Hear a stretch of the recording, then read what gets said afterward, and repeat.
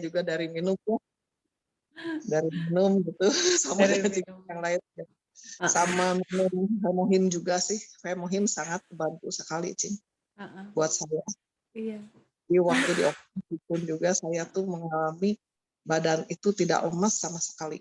Jadi baru dioperasi pun juga berani bisa turun. Terus besoknya udah bisa jalan kemana-mana, keluar kamar, sampai suster pun juga bilang, kamu ini katanya dibuat kok udah turun. Saya bilang iya, karena saya udah nggak rasa lemes, nggak kerasa apa-apa gitu. Saya kebantu sekali, Cing, dari Hemohim gitu untuk pengoperasi. Karena saya minum 1 kali sehari, 2 kali ya, tapi memang rutin gitu. Tapi Kenapa? coba aku pengen nanya juga nanti sama dokter kali ya. Karena saya tuh baru dikhotbahin sama ada satu pendeta ya. Cuma kayaknya Ya. dia belajar banyak, baca banyak. Hmm? Beliau sih menyarankan, jadi lucu kan kita tuh mau ngajak dia makan. Kan orang biasa pantangnya tuh nggak mau pork gitu kan ya, nggak sehat misalnya, atau nggak mau daging apa gitu. Dia enggak, pokoknya dia nggak mau susu dan segala turunannya. Gitu, Jadi nggak mau susu dengan segala turunannya. Ya jadi dicari-cari kan, itu kan kita ditraktir sama temen ya yang punya, kakaknya punya restoran, dan restorannya teh restoran Swiss gitu. Kan itu kan hampir semuanya pakai susu ya. ya. Nah, jadi dicari aglio olio, dicari salad, tapi dicari saladnya tuh yang nggak pakai susu. Terus saya nanya sama pendetanya, kenapa Pak kok nggak mau susu gitu ya? Mungkin kan nanti juga Dokter Darmadi mungkin bisa menjelaskan juga. Memang dia juga kayaknya baca satu buku, ada orang Jepang yang memang menyelidiki tentang susu itu, dan terutama untuk kemo tuh nggak boleh minum susu katanya gitu. Dia yang bilang dia melarang gitu si pasien-pasien jemaatnya yang kemo nggak boleh minum susu. Kenapa? Karena katanya kalau di luar negeri udah nggak boleh minum susu juga gitu, di rumah sakit di luar negeri. Di Indonesia pasti dikasih susu katanya, jadi itu nggak boleh katanya gitu. Cuman dia bilang sih banyak yang menjadi lebih bagus ya. Cuman, nah nanti mungkin kalian bisa nanya ya. Coba, halo dokter. Mungkin dokternya nanti pas 10.46 baru muncul. Tapi mungkin temen Ci Livi apalagi Ci selain minum ya Ci ya? Minum kita cukup sukses ya. Sayur Olahraga, Bu. olahraga sangat membantu. Oh, olahraga bener ya. Karena saya kan umur udah hampir 60. Sekarang 64 ya. Terasa banget gitu kalau misalkan nggak olahraga 1 minggu aja. Saya pun juga waktu setelah operasi pun juga saya olahraga di ranjang, di kasur. Udah bisa turun ya saya gerak. Wah. Pun juga kalau misalkan pulang Ibu, saya coba belajar jemur, tapi nggak jalan karena saya masih si HB-nya masih turun ya, masih rendah. Jadi takut masih pusing. Tapi setelah itu 2 minggu saya jalan sampai ke 4 minggu, 3 minggu jalan. Udah sempurna. Sekarang 2 bulannya jalan 2 bulan lebih, saya udah sempurna semua. Saya tuh udah disebut stadium awal pun orang tuh masih lemes. Kalau saya sekarang udah jalan ke 3 bulan, saya udah normal semua. Jalan seperti biasa. Nah, terus saya minum Hemohimnya juga udah dikurangi 1. Tapi saya banyak makan vitamin cuma vitamin mata, ginkgo biloba, terus omega 3. Yang kebantu sekali sih dengan Hemohim ya. Vitamin C. Vitamin C, saya ada minum vitamin C. Kalau saya minum air jeruk, saya vitamin C nggak minum. Terus sama probiotik ada. Terus satu lagi franzim ada. Terus ada juga minum itu yang ginseng. Tapi nggak ginseng, nggak dulu, diberhentiin karena terlalu banyak, saya juga takut. Dan di situ pun juga saya ada juga godokan ayam seminggu sekali minum ayam obat. Jadi memang sih utamanya mah harus olahraga dan minum. Olahraga sama minum ya. Minum benar, itu mah benar-benar kalau misalkan minum kurang aja. Saya minum kurang dari 1,5 liter, udah langsung tuh air kencing kuning. Kalau di atas 1 liter, saya berusaha sih kalau minum harus sampai di atas 1,5. Nah, plus-plusnya yaitu susu lah, terus mungkin makanan kuah gitu. Jadi diusahakan di atas 2 liter gitu. Itu pun juga untuk muka tuh lebih cerah gitu kelihatan. Seger ya. Seger gitu. Luar biasa ya air minum. Thank you. Yang Siang lain mungkin dokternya belum muncul. Siang gimana siang? Pertanyaan 1-3 menggelitik ya.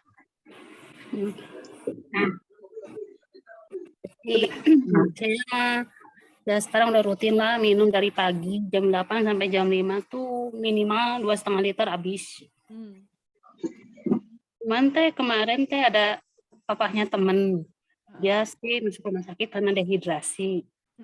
Terus dokter ginjalnya bilang gini, minum nggak boleh terlalu sedikit, banyak juga nggak boleh katanya teh. Loh, emang takaran yang normal berapa dok? Berat badan kali 30 mili. Itu udah melebihi cukup katanya gitu. Sedangkan kalau menurut berat badan gitu ya, saya minumnya cuman 2 liter juga enggak lah, nggak nyampe 2 liter. 2 liter lah paling ini juga. Ya, saya pikir kan kalau saya minum dari pagi sampai sore lah ya, 2 kali botol minum saya itu berarti 2,5 liter. Belum di rumah gitu ya minum lagi. Berarti sehari saya bisa 3 literan lebih gitu ya. Itu kebanyakan katanya gitu. Maaf bentar Ci, ini ada juga Cing, saya juga ada ya, anak saya itu minum kalau dokter Cinseh bilang harus di atas 3 liter. Karena penyerapan ke tubuh sangat cepat sekali. Jadi kalau kekurangan itu nggak baik juga. Jadi memang minum itu ada yang diperbolehkan banyak, ada yang diperbolehkan cukup untuk 1,5 liter gitu. Nah nggak tahu nanti tanya ya ke dokter ya. Kalau yang dulu aku belajar sih rasanya dokter bilang kalau yang sehat memang berat badan kali 30 mili ya. Apa ini dokter bukannya yang bilang, tapi kalau yang ada masalah kalau nggak salah berat badan kali 40 mili. Rasanya gitu. Badan dikali berat badan kali 30 yang 30. sehat. Oh, berarti 1,65. Tapi kalau yang ini kayaknya berat badan kali 40. Cuman kan airnya seperti apa dulu kan? Airnya seperti apa dulu sama jadi kualitas airnya juga ditentuin, jangan sampai kayak ada logam berat yang gitu-gitu. Sama apa ya? Memang kalau kebanyakan tuh yang dikuatirin tuh cairan elektrolitnya kayaknya. Jadi kalau kita sering minum air kelapa, kalau air kelapa aman. Terus air kelapa di tempat kita itu belinya tuh di liter sama dia, jadi bukan per butir. Pokoknya mau kelapa besar, kelapa kecil di mili aja. Per liter, seliternya sekian, 10.000 atau berapa. Maaf Cing, kalau misalkan untuk air kelapa ya, yang saya tahu dari dokter pun juga yang bicara, nggak semua orang diperbolehkan minum air kelapa. Kalau mereka sudah ada apa ya, rematik gitu. Oh rematik. Nggak rematik atau apa, nanti tanya dokter ya. Itu kan nggak boleh minum air kelapa. Bahkan tidak diperbolehkan seumur hidup. Jadi saya nggak tahu nih mana yang benar. Jadi makanya saya juga takut kalau saya minum air kelapa, kan sebetulnya air kelapa itu buat buang racun juga kan, obat. Nah, saya buat si suami pun juga saya nggak gitu memberikan, karena dia juga tiap hari minum obat kan, buat Oking yang tiap hari minum obat. Nggak diberikan sama saya juga karena ketakutan gitu. Ketakutannya apa? Apakah benar nggak buat dia baik gitu, bagus. Buat orang yang normal aja, kalau misalkan ada rematik aja itu udah nggak diperbolehkan katanya. Nanti ditanyain dokter ya. Itu nggak boleh rematik tuh kata orang atau kata dokter ya? Kata dokter. Ya, saya waktu itu ke dokter mana ya? Dokter Lani itu. Saya takut ada rematik. Itu tidak diperbolehkan kalau orang sudah pernah ada penyakit apa, rematik atau apa ya. Nggak boleh katanya minum air kelapa. Nah, dokter, halo dokter, selamat pagi. Dokternya udah hadir. Selamat pagi, Dok. Pagi dok. Iya, selamat pagi. Selamat pagi. Iya Pak Dokter. Ini kita dokter coba saya cek dulu. Kayaknya dokter masih kurang ini dok, kelihatan sama kitanya, jadi masih belum seluruh wajah kelihatan. Ya, oke segini oke dok. Ya, Ini sudah kelihatan? sudah. Sudah cukup jelas apa belum? Sudah, cuman dagunya sekarang agak kepotong. Sekarang oke. Sekarang oke dok. Agak dok, agak kepotong lagi sedikit dagunya. Berarti turun sedikit, oh iya.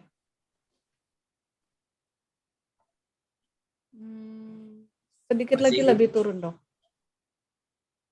Lebih ke bawah lagi supaya, nah turun lagi ini dok. Naik lagi dok, jadi masih ketutupan. Nah ini sekarang dahinya ketutup. Ya segini oke lah dok. Ini. Udah cukup dok. Oke. Jangan dirubah. Iya. Oke. Iya. Ya. Ya, selamat pagi untuk ini saudara sahabat dari Atomi. Jadi kita sudah agak lama enggak ketemu ya. Ini yang saya agak terkejut ini, Bu Livia ya. Bu Livia ini kelihatan kok, waduh, glowing in the dark. Berkat dokter. Waduh, wajahnya sangat cerah, ceria, dan bersinar. Itu bagus sekali itu. Berarti Bagus ya, hampir yang dilakukan tuh mungkin banyak yang udah betul gitu ya. masih Saya kira banyak. sudah bagus. Terima kasih. berkat Kemudian dokter. ya, kemudian kita akan mulai dari apa? Pertanyaan pertama dulu apa gimana? Kita akan mulai dari pertanyaan pertama apa ya?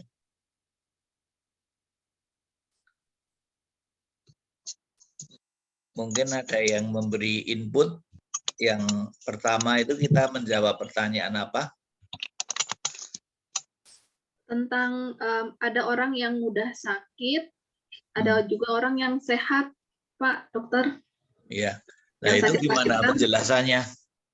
Penjelasannya apakah ada yang bisa menjelaskan dengan ya ada dasar-dasarnya sedikit begitu? Silahkan kalau ada yang bisa, yang kira-kira bisa, oh saya paham kenapa kok ada orang yang sebentar-bentar jatuh sakit, tapi ada orang yang sehari-harinya sehat terus, bahkan setahun itu belum tentu sekali sakit. Nah, ada yang begitu. Bahkan ada yang bertahun-tahun tidak sakit. Bahkan guru saya yang dari Jepang itu 50 tahun lebih tidak sakit. Nah, itu kan luar biasa. Saya sendiri nggak bisa meniru itu karena saya dalam 12 tahun saya kena sekali. Jadi saya merasa saya masih ada yang keliru juga begitu. Bisa dijawab, coba yang bisa silahkan. Buat saya Pak, Dok, Iya. saya merasakan gini ya. Mungkin kalau misalkan kenapa bisa terus ada yang sakit. Ini contoh buat anak saya. Dia menanyakan, saya lihat kalau cucu saya itu sering sakit, terus dia nanya ke dokter, kalau untuk sakitnya flu ataupun demam ataupun apa gitu dalam 3 bulan sekali itu masih normal. Tapi bagi saya nggak bisa terima, walaupun 3 bulan sekali bisa flu atau gimana batuk ataupun demam. Nah, saya bilang kenapa dokter bisa bilang itu masih wajar. Kalau bisa tuh setahun tuh kita tuh jangan sampai sakit. Karena untuk diri saya sendiri kalau misalkan saya jarang sekali sakit, Dok. Saya jarang sekali sakit. Kalau saya sakit paling juga bisa kehitung setahun enggak sekali. Kalau sakit cuma flu aja, flu batuk cepat saya langsung ke dokter, tapi kalau saya benar-benar terjaga bisa setahun 2 tahun saya nggak sakit. Karena apa? Saya tahu cara untuk pencegahan supaya enggak sakit itu seperti apa. Ya kalau hujan ya, kalau misalkan cuaca dingin, saya tuh jaga dulu seperti sebelum hujan jaga pakai siapin payung. Jadi saya sebelum kena masuk angin ya saya siapin dulu, yaitu pakai mantel lah, kalau pakai apa gitu supaya tidak sakit. Sampai saya pun juga harus merawat suami pun juga seperti ke bayi sendiri. Bagaimana kata saya kalau misalkan orang itu supaya tidak sakit. Oh ini cuaca mendung atau setelah hujan tidak boleh jalan pagi karena itu cuaca juga nggak bagus buat dia tuh batuk. Saya tuh melarangnya dia. Itu bisa terjaga sampai setahun 2 tahun tidak ke dokter untuk batuk. Suami saya itu kan udah dicangkok ginjal. Paling parah tuh dia kalau kena batuk, saya pasti bawa ke rumah sakit minta obat diinfuskan supaya dia cepat sembuh. Jadi pencegahannya, jadi sebetulnya sih untuk pencegahan ya dok ya, supaya orang itu bagaimana enggak kena sakit gitu. Kalau untuk saya gitu dok. Nah Ya, saya nggak tahu kalau untuk yang lain. bagus itu pengalaman yang sangat bagus. Barangkali ada yang punya pengalaman yang lain, silahkan kalau ada. Saya dokter Ya, silahkan. mau sharing sedikit, mudah-mudahan nggak salah. Menurut saya untuk ngejaga tetap sehat dan nggak mudah sakit itu lebih ke pola hidup ya. Jadi kita menjaga pola hidup kita yang mendukung supaya tubuh kita tetap terpelihara, imunnya tetap kuat dan nggak drop. Nah, pola hidupnya itu pertama seperti yang udah kita belajar itu dari makanan.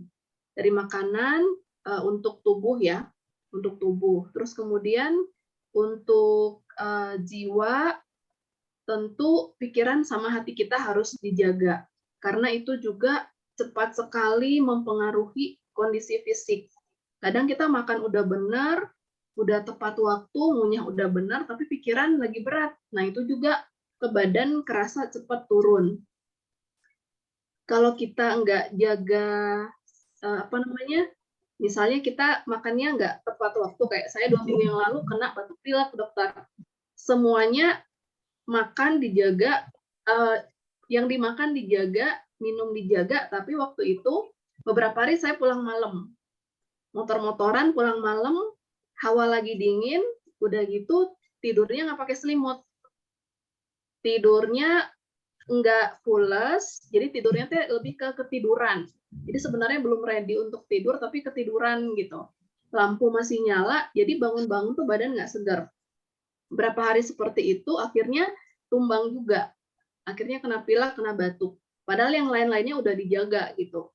Menghindari stres, apa yang dimakan dilihat apa gitu ya, nutrisinya. Tapi tetap ketika beberapa hari aktivitasnya terlambat pulang gitu ya, kemalaman, akhirnya jatuh juga, jatuh sakit. Jadi memang harus dijaga banyak hal gitu, polanya dan juga detail-detailnya gitu ya. Kalau bisa sebelum terlalu malam kita udah nyampe di rumah, sudah istirahat, tidur nggak terlambat. Terus sikon saat tidur juga perlu dijaga. Kalau saya lampu nyala waktu tidur pasti tidurnya nggak enak. Jadi lampu harus mati. Tiap kali lampu nggak mati, pasti besoknya bangun tidur nggak seger. Tapi ada juga orang yang tidurnya harus nyala lampu. Nah, ini kan beda-beda ya. Jadi kita harus tahu badan kita mintanya gimana, nyamannya gimana, supaya benar-benar mendukung kesehatan sendiri gitu. Mungkin itu aja dokter, makasih. Ya, terima kasih. Itu juga pengalaman yang sangat bagus. Dan ya karena itu semua pengalaman pribadi, jadi akan mempunyai nilai dan poin yang bagus untuk bahan didiskusikan ya.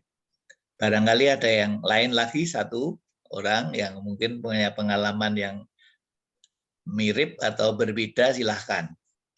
Mungkin masih ada yang punya pengalaman pribadi, saya kok 1 bulan itu mesti sakit sekali. Saya kalau 2 bulan kok harus kerokan, saya kok harus sering pijit. Nah, misalnya gitu. Jadi dalam setahun saya mesti sakitnya 3-4 kali. Nah, apakah yang jenis seperti ini termasuk orang yang kategorinya cukup baik kesehatannya atau kurang? Nah, itu kita harus harus tegas untuk memisahkan itu. Kayaknya Ko Budi nih mau sharing. Udah Ya, silahkan. mic-nya udah dicopot. Ya. Selamat pagi teman-teman, selamat pagi dokter. Iya, silahkan. Mungkin pikir begini ya, ada hukum tabur tuai ya dalam hidup itu. Jadi apa yang kita tabur, ya itu kita tuai gitu. Jadi kalau kita punya badan sehat itu sebenarnya kita sedang menabur dari awal. Jadi istilah saya tuh selalu saya mengatakan pada diri saya, sakit itu enggak, bahasa Sundanya enggak ujuk-ujuk. Sakit itu enggak tiba-tiba kayak orang ketabrak mobil jeger patah tulang, itu beda sakitnya gitu ya. Tapi kalau sakit sesuatu pada fungsi badan tertentu gitu, itu kita sudah memupuk bertahun-tahun sih sebenarnya. Jadi kalau kita saat ini misalnya kita mengalami masalah sakit yang di satu kelemahan di satu hal gitu dalam badan kita, itu artinya sepanjang hidup kita itu mungkin ada kesalahan dalam mengelola kesehatan kita, dan nanti ada saatnya itu kena gitu, fungsi badan apapun gitu pasti kena di situ. Jadi kesehatan itu dipupuknya dari awal sih. Nah, banyak kan kayak gini, orang pengen sembuh gitu. Gimana pengen cepat sembuh? Ya kan susah jadinya. Sakitnya 10 tahun, mungkin 20 tahun dipupuk sampai timbul sakit. Nah, kita mau menyembuhkannya harus balikin lagi 20 tahun itu tuh gitu. Kalau jadi 1 tahun tuh udah luar biasa dari 20 tahun kesalahan kita kayak gitu. Jadi bagi saya tuh orang yang tahu-tahu cepat sakit ya, itu sebenarnya mungkin ada kesalahan yang masa lalu dalam sepanjang hidup kita. Itu sih pendapat saya, Dok. Ya, terima kasih ini. Saya kira ini akan melengkapi dari 3 yang sudah mengutarakan pendapatnya. Dari 3 itu coba akan kita diskusikan dan kita rangkum ya. Jadi apa yang disebut dengan seperti katakanlah tabur tuai itu tidak salah ya. Tidak salah. Itu suatu hal yang betul. Bahkan begini ya, kalau bahasa rohaninya itu begini. Kalau kita tidak menabur kebaikan, bagaimana seseorang itu bisa mengharapkan dia itu panen buahnya? Bagaimana seseorang bisa memetik hasilnya dari apa yang dia tidak lakukan? Misalnya orang lain menabur dengan baik, dia itu inginnya menuai saja. Nah, apakah bisa begitu?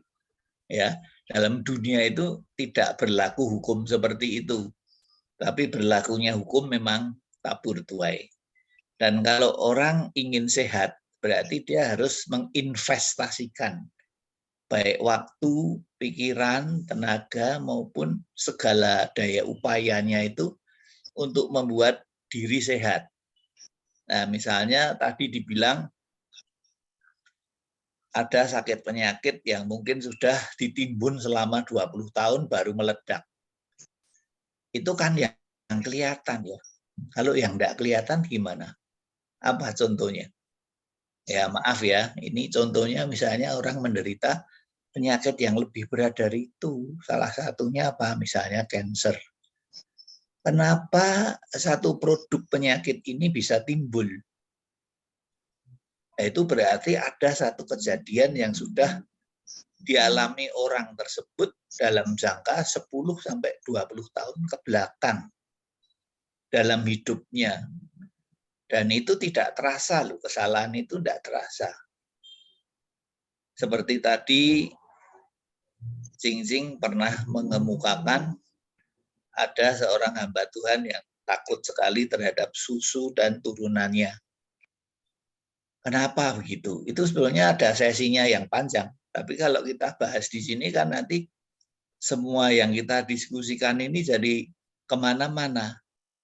Jadi memang itu ada alasannya dan satu dasar yang kuat sekali. Oleh sebab itu, sebetulnya mulai anak kecil, bahkan ya katakanlah kalau Bu Livia ini punya cucu, sebetulnya kita harus paham kenapa kok cucu saya ini gampang sakit, kok tidak seperti anak yang lain. Apa yang salah? Nah, karena manusia hidup itu dari makanan dan minuman, ya, maka dalam bahasa Mandarinnya kan ada istilah Ping Jung Guru. Jadi makanan dan minuman itu merupakan asal muasal dari sakit penyakit kita. Ini di luar bahasa rohani ya. Itu berarti kalau ada sesuatu nutrisi salah yang kita berikan pada cucu kita, itu bisa berakibat fatal. Contoh, seorang anak yang kecil belum sampai setahun, itu ususnya sangat lemah. Dan dia belum berkembang matang. Dibutuhkan umur sampai 2 dan 3 tahun, ususnya ini bisa matur dalam bahasa Latinnya itu. Kalau matur itu apa artinya? Dia bisa menyerap makanan, bisa membuang racunnya. Tapi kalau itu tidak bisa, ya protein yang datang itu, misalnya ini saya kasih contoh ya, anak itu umur 8 bulan, misalnya ini diberi susu sapi, ya. Susu sapi itu mempunyai struktur protein yang berbeda dengan ASI dari ibunya, sangat berbeda, ya. Jadi bahkan itu diceritakan bahwa kalau susu sapi itu proteinnya akan dilawan oleh tubuh anak itu, sehingga anak itu nanti mengembangkan satu penyakit yang disebut satu alergi. Kedua, kalau besar nanti bisa kena penyakit-penyakit yang berat seperti kencing manis. Yang ketiga bisa kena autoimun, misalnya begitu. Nah, pertanyaannya apakah kalau gitu dia tidak boleh minum susu sapi? Pertanyaannya gitu. Ya barangkali kalau memang itu sangat dibutuhkan dan dianggap perlu, bisa saja. Tapi umur pemberiannya harus menunggu sampai ususnya cukup kuat. Jadi misalnya anak kecil itu tadi diberi, misalnya ya, ini udang yang digiling misalnya, ya toh, udang yang digiling atau apa ya, salmon yang digiling, ya toh. Jadi hal-hal itu karena ini ada proteinnya, protein yang tidak bisa diterima dengan baik ini nanti akan menjadi di dalam tubuhnya itu yang disebut paraprotein. Sebetulnya paraprotein itu seperti protein tapi tidak bisa diserap oleh anak itu. Nah, karena tidak bisa diserap, dia menjadi benda asing. Benda asing itu cenderung untuk dilawan oleh sistem dalam tubuh kita yang sudah sangat sempurna. Nah, karena itu anak itu mengembangkan sakit kok sering batuk pilek ya, misalnya. Karena dia sebetulnya sudah mau kena gejala penyakit asma yang mula-mula atau penyakit paru-paru. Karena apa? Di dalam tubuh manusia itu terdapat sistem pusat ketahanan tubuh yang diproduksi oleh 3 tempat. Salah satu yang terbesar itu usus malahan. Jadi kalau usus kita tidak sehat, ya, daya imun tubuh kita akan lemah.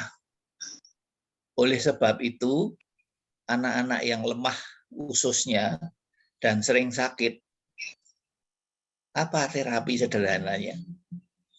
Sebetulnya diberi probiotik. Nah, probiotik itu akan menguatkan sistem imun dan menguatkan ususnya. Maka dia akan jauh lebih sehat. Nah, pertanyaannya adalah cara mengatur dosisnya. Nah, itu kita tidak akan bahas dalam sesi ini. Jadi dengan begitu cara membuat anak sehat itu kan beda.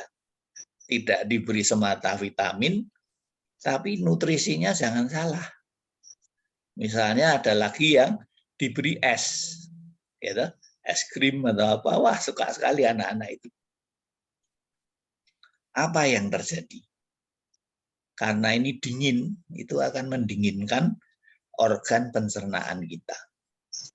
Kalau organ pencernaan kita menjadi dingin, berakibat apa? Berakibat fungsi pencernaannya terganggu. pemecahan metabolismenya terganggu. Dan berakibat apa? Ya, terbentuk paraprotein lagi. Berarti alergen lagi. Dan bisa menimbulkan sakit penyakit lagi. Nah, oleh sebab itu, apakah baik memberi sejenis SS pada anak-anak kecil? Nah, itu nggak baik, dewasa saja kurang baik, apalagi anak yang daya tahan tubuhnya masih rapuh. Walaupun sang nenek kakek itu suka sekali opa-omanya ngasih, ya, tapi ya jangan, demi kesehatan mereka. Dan hidup mereka itu masih panjang loh. Kalau kita yang seperti saya yang sudah 66 tahun, itu kan sudah di penutup kehidupan ini, fase ketiga kita. Ya. Oleh sebab itu kita jangan membuat kesalahan kalau mendidik anak cucu kita itu secara keliru. Dan akhirnya keluarlah satu generasi yang lemah, sering sakit. Dan kalau sering sakit, orang zaman sekarang apa? Mesti ke dokter. Kadang-kadang, wah dokter biasa, tidak mempan ini, harus dokter anak. Nah, dan lain sebagainya. Nah, sekarang Anda pikir, obat-obatnya kan mesti cukup kuat, cukup keras lah.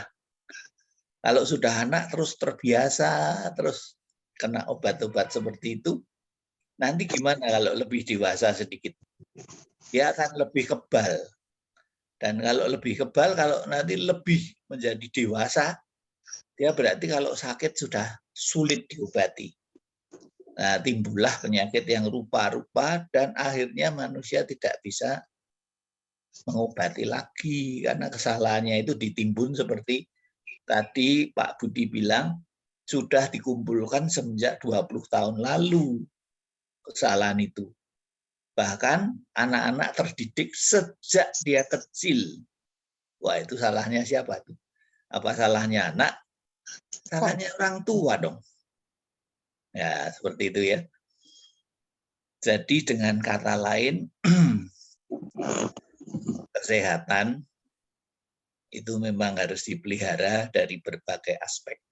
Dan karena dulu sudah diuraikan beberapa poin yang terpenting untuk itu, ya jangan selalu berpikiran saya mengerjakan A tidak usah B, mengerjakan C tidak usah D. Jadi seperti itu berarti kita mengikuti satu dan mengabaikan yang lain, itu tidak bisa. Dan jangan menganggap satu lebih penting atau dominan dari yang lain. Oleh sebab itu, ya seperti tadi disinggung Abed itu, sebetulnya tidur dalam lampu cahaya yang terang itu juga sebetulnya melanggar kaidah kesehatan. Nah, kenapa?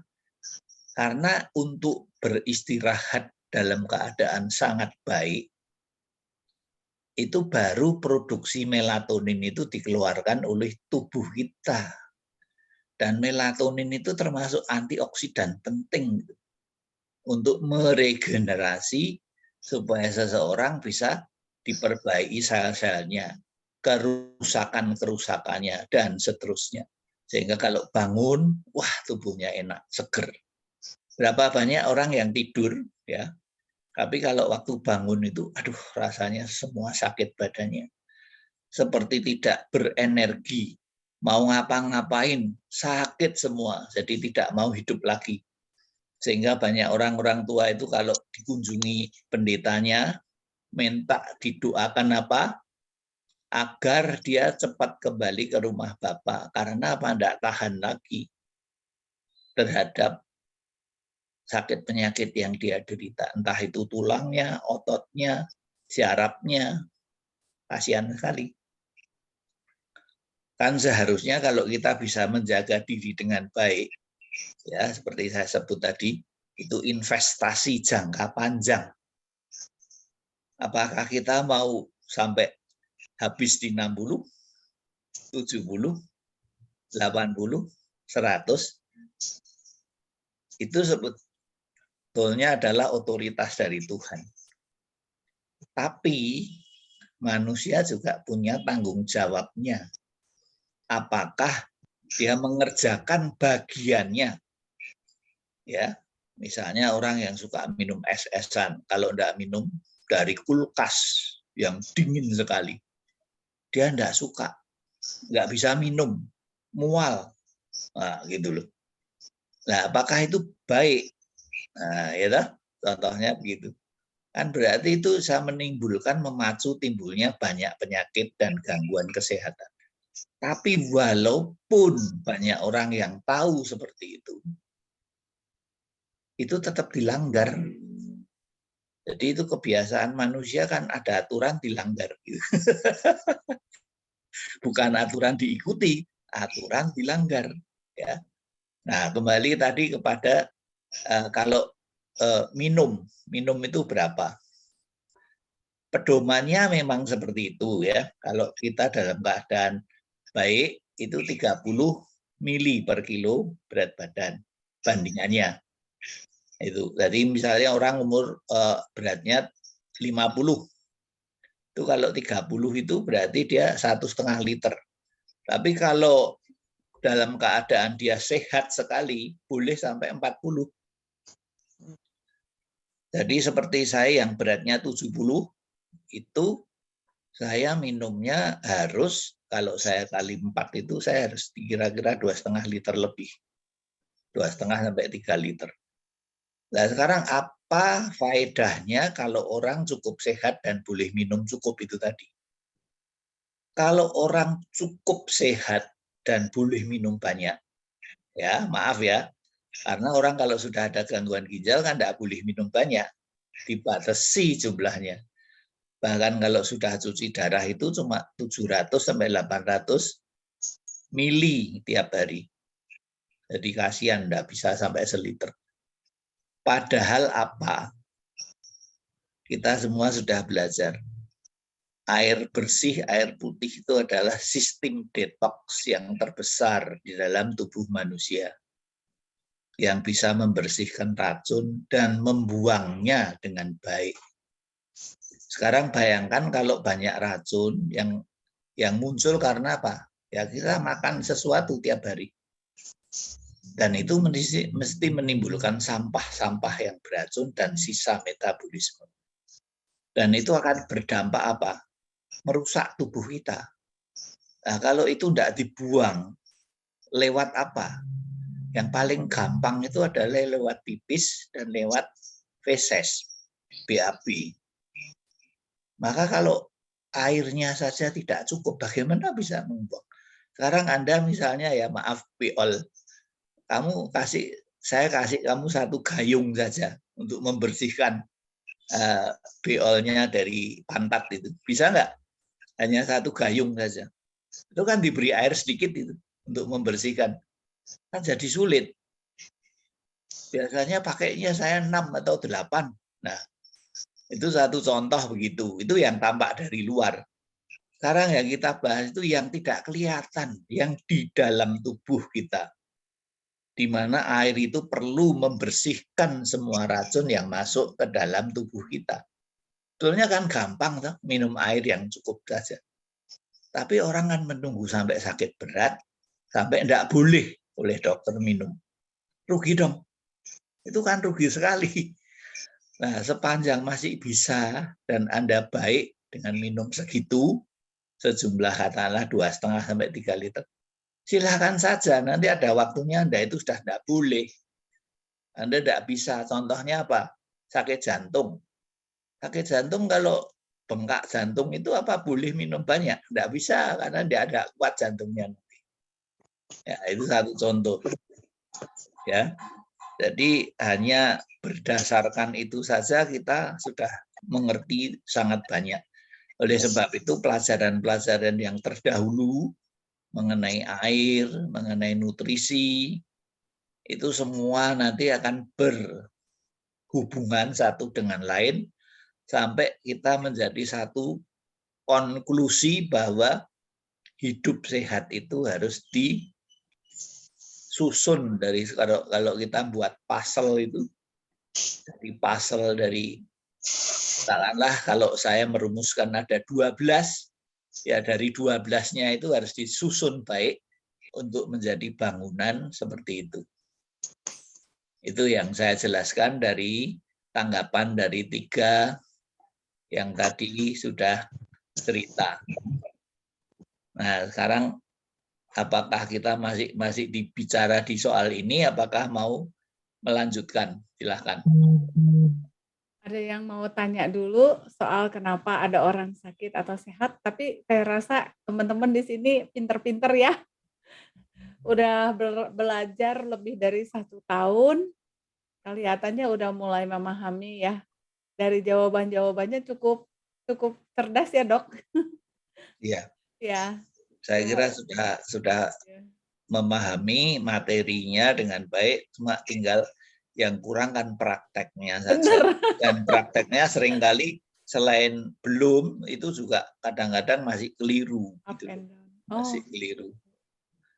Seperti orang yang harus ditentukan minumnya pada suhu tertentu itu karena apa? Dia gangguannya cukup banyak. Maka dia terpaksa harus dibuat seperti itu agar sistem detoksikasi tubuhnya dia maksimal, tidak hanya tergantung pada obat-obatan maupun antioksidan. Ya, misalnya contohnya hemohim itu kan ketergantungan itu sementara boleh, tapi pada saat tertentu itu harus bisa dilepas dan orangnya tetap sehat. Itu adalah normal dari orang yang normal tanpa bantuan apapun. Jadi kalau normal tapi harus pakai katakanlah obat-obat penunjang terus, itu berarti dia tidak beres itu. Baik, Dok. Kalau gitu kayaknya kita jalan ke pertanyaan kedua ya, Dok. Iya, pertanyaan kedua apa ya? Pernahkah berpikir saat tidur organ tubuh seperti jantung, paru-paru, ginjal, liver masih bekerja, siapa yang menggerakkannya? Ya, silakan. Ini siapa yang akan menanggapi? Saya Kenapa jawab ya, bisa Dok ya. begitu? Ya, kenapa kok bisa begitu? Dari tadi saya menahan diri supaya teman-teman kebagian. Kalau enggak saya lagi. Ya, saya belajar sama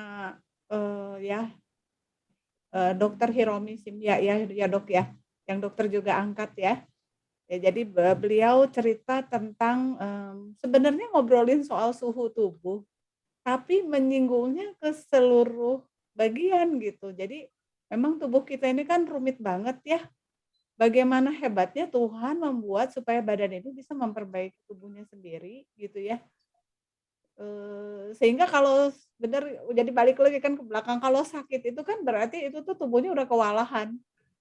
Jadi cuman gini kan kita yang kadang-kadang agak jahat sama diri sendiri ini kan yang dokter bilang nggak sadar, jadi makan es nggak apa-apa tuh, makan lagi kan nggak apa-apa. Padahal itu kan apa ya, badannya tuh kan lagi kerja keras. Kalau saya kasih ilustrasi sebagai pemusik gini, ada orang yang nyanyi ya, ada orang yang nyanyi di studio rekaman gitu ya, terus kayaknya dengernya suaranya bagus sekali ya, semua orang tepuk tangan gitu ya. Padahal apa ya, itu orang yang ngurus mixernya segalanya tuh wah lagi suaranya false dimundur-mundurin sama dia gitu ya. Waktu dia false bisa dipindah-pindahin supaya suaranya bagus gitu ya. Wah, kerja kerasnya gitu. Semua orang tepuk tangan, dia nyanyinya bagus, padahal orang yang ngurus-ngurus itu sampai kecapean sampai mau pingsan.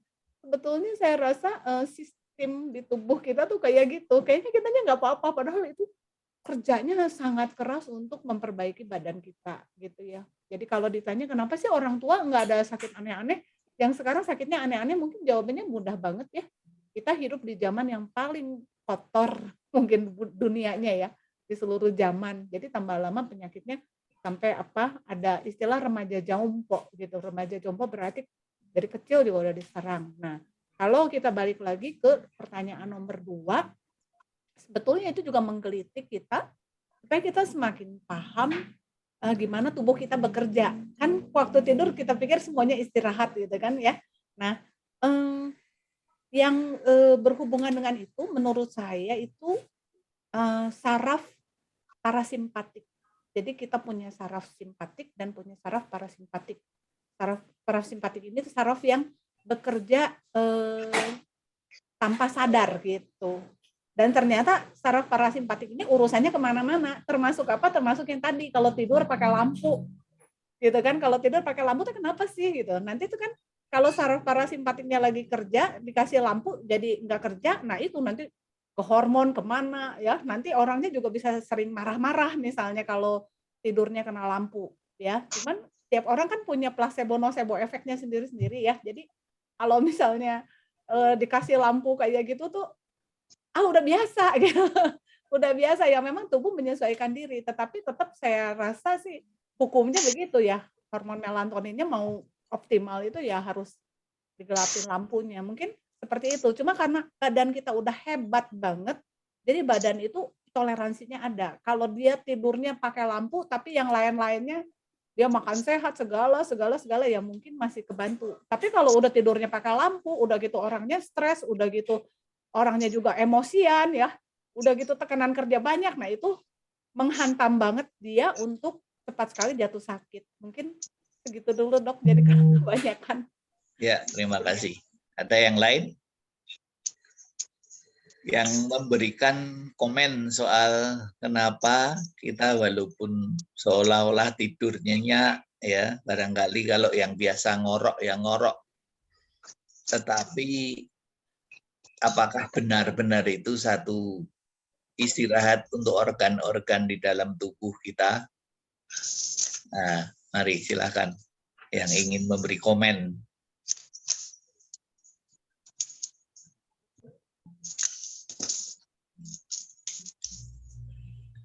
Siapa yang akan tergerak untuk memikirkan itu atau mengomentari sebetulnya apa yang terjadi. Jadi kadang-kadang orang kan jam 11 malam masih makan sate ya, nasi goreng, bakmi goreng.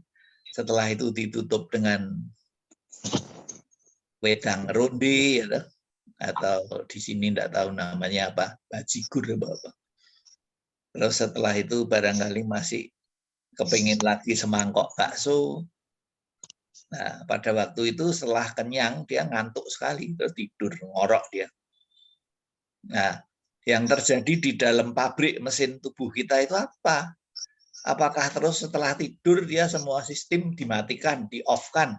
Paru-paru, jantung, lambung, usus, ginjal semua di-off-kan terus semua bisa berhenti. Seperti orang di pabrik itu tidak ada orang, tidak ada yang kerja, pabriknya berhenti. Seperti itukah tubuh manusia? Itu pertanyaan saya itu.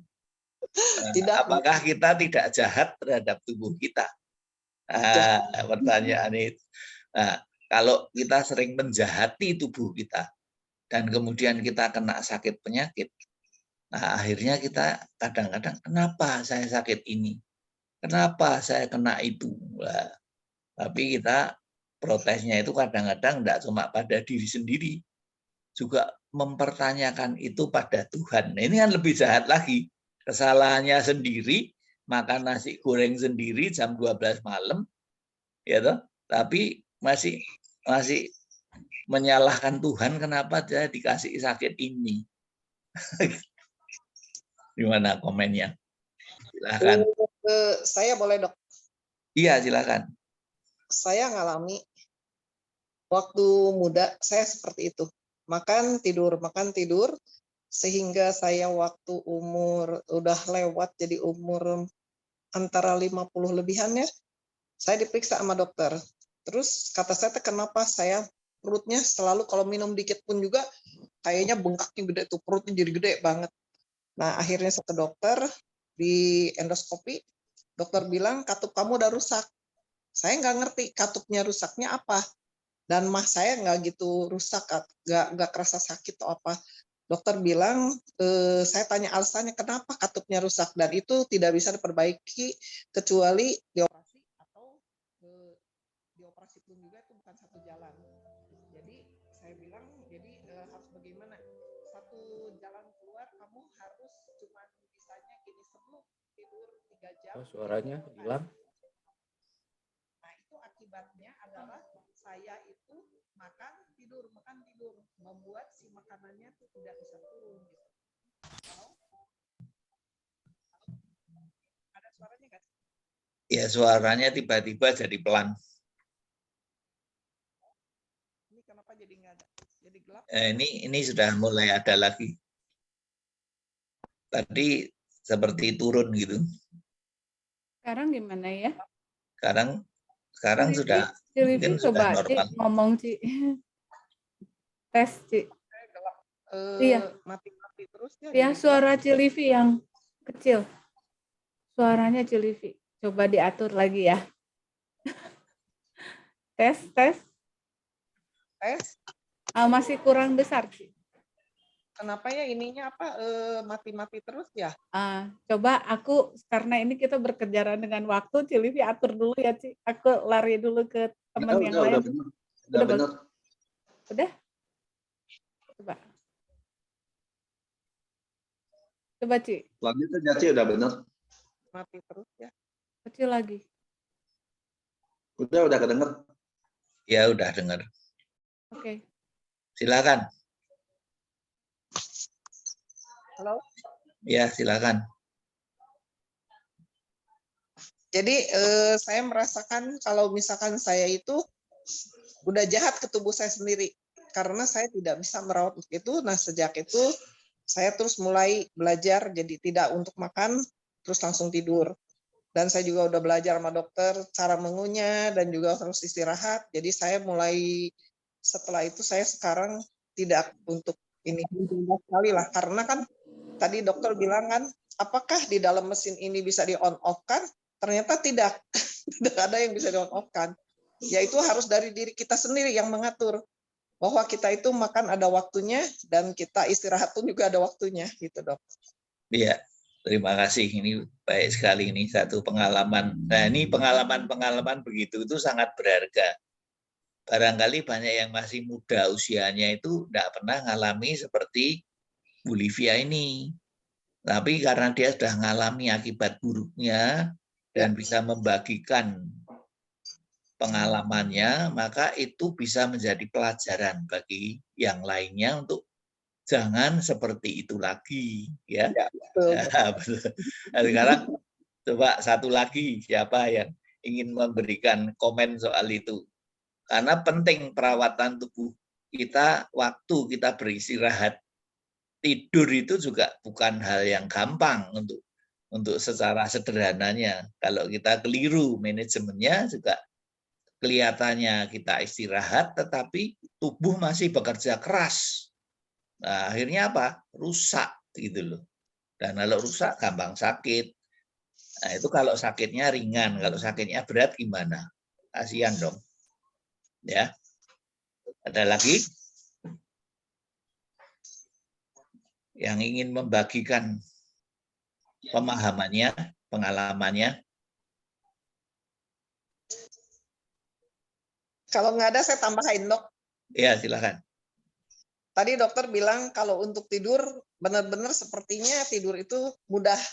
Tetapi bagi saya itu juga satu pengalaman sulit, Dok, bagi saya. Saya tuh tidur dulu tuh sepertinya tidur tuh seenak saya. Mau tidur jam 1, jam 12, jam 1, jam 2.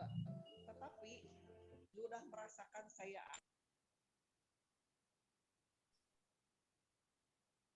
Hilang lagi. Hilang lagi. Kelihatannya dia karena ada telepon masuk apa ya itu penyebabnya? jadi hilang. Ada telepon masuk mungkin. Udah ada lagi. Ya, silakan. Dilanjut.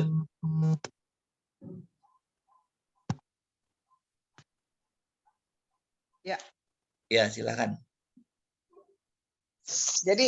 Jadi sekarang saya tuh menjaga untuk tidur itu benar, tapi sekarang memang masih sulit, Dok. Saya kemarin ini ada sempat minum obat terus selama 3 bulan, tapi kan itu minum obat tuh nggak baik. Tapi jadi saya tuh dipelajari terus. Nah, baru kemarin ini 10 hari saya tanpa obat. Memang sangat sulit untuk tidur karena baru tidur 3 jam bisa bangun. Nah, saya paksain lagi tidur. Itu pun juga gak mudah gitu. Harus tunggu sampai 1 jam baru saya bisa lelap. Jadi kalau untuk saya si tidur hanya 6 jam pun juga sebetulnya udah cukup. Tapi saya mau 8 jam tuh nggak bisa gitu. Nah itu saya nggak tahu tuh, Dok. Saya juga mau minta saran dari dokter. Kalau tidur supaya mudah tuh seperti apa gitu. Iya, Terima kasih ini pengalamannya. Ini ada lagi enggak? Satu, kita beri kesempatan satu lagi yang ingin membagikan. Ya, silakan. Saya pengalaman dokter, kalau saya tidurnya itu dengan persiapan, artinya ready to sleep, itu pasti tidurnya enak, bangunnya segar. Tapi kalau tidurnya tanpa persiapan, jadi ketiduran gitu ya, lagi masih ngerjain sesuatu misalnya, terus lelah, rebahan sedikit, bablas. Itu lampu masih nyala, komputer masih nyala, jadi sebenarnya belum pengen tidur, cuman ketiduran, itu pasti nggak enak. Tidur nggak pulas, bangun juga nggak segar. Kadang-kadang saya tidurnya agak lebih malam, dokter, tapi siap untuk tidur. Jadi udah cuci muka, gosok gigi, doa dulu, matiin lampu, tarik selimut, beberapa menit baru tidur gitu ya. Tapi itu enak sekali. Kadang jam 11, jam 12, tapi persiapannya matang gitu ya untuk tidur. Itu tidurnya enak. Bangun jam 4, jam 5 juga udah cukup gitu, segar. Beda dengan lagi kerja, terus tiba-tiba ketiduran, belum siap untuk tidur, lama pun tidurnya bangun nggak segar. Nah, dari pengalaman itu, saya selalu mengusahakan kalau mau tidur, emang dipersiapkan, jadi tidurnya enak. Walaupun tidak terlalu lama, tapi berkualitas. Hasilnya enak gitu ke badannya. Dari pengalaman saya gitu, dokter. Ya, Terima kasih. terima kasih. Ini dari 3 ini kalau dirangkum itu wah, sudah banyak sekali itu. Itu sangat berharga. Jadi tidur itu sebetulnya teorinya itu 6 sampai 8 jam. Itu tergantung individual. Ada orang yang memang butuh 6 jam sudah cukup, ada orang yang harus 7, ada orang yang 8 jam tiap hari. Tetapi nah, ini nanti akan membahas kualitas tidur. Kualitas tidur itu kalau kita punya sesi yang ada, misalnya sampai akhir tahun ini cukup, saya akan membahas mengenai kualitas tidur. Karena bukunya untuk penyelidikan tidur itu tebel-tebel itu. Jadi akhirnya kita harus ngerti bahwa tidur itu nanti ada gelombang alfa, gelombang delta, gelombang theta, itu lain-lain, dan kualitas yang kita harapkan itu seperti apa. Itu ada teorinya, ada ilmunya maksudnya. Tapi karena kita mungkin tidak keburu soal itu ya, yang penting kualitas tidurnya itu yang harus baik. Dan memang lebih baik tidur dengan persiapan daripada tidak ada persiapan. Nah, cuma mungkin yang harus diperbaiki padahal pada jam tidurnya itu mulainya itu harus diperawal. Jadi kalau bisa misalnya paling lambat itu jam 11 kalau bisa. Tapi kalau memungkinkan dan sudah bagus nanti jam 10 sudah berangkat tidur. Tapi kalau tidak bisa karena sudah kebiasaan, ya bolehlah toleransi sampai 11. Karena ada jam-jam tertentu tubuh manusia itu akan memproduksi melatonin. Dan kalau jam-jam itu dilewatkan, walaupun orangnya tidur dengan katakanlah cukup baik ya, tapi tubuh itu tidak meregenerasi, mereparasi sel-sel tubuhnya. Nah, itu menimbulkan apa? Ya, yang bersangkutan nanti cepat tua. Yang bersangkutan kulitnya gampang kisut. Dia tidak lagi bisa glowing in the dark, misalnya gitu ya. Jadi dengan begitu ini harus diperhatikan ya. Misalnya terus rambutnya tidak gampang rontok, misalnya gitu, cepat putih.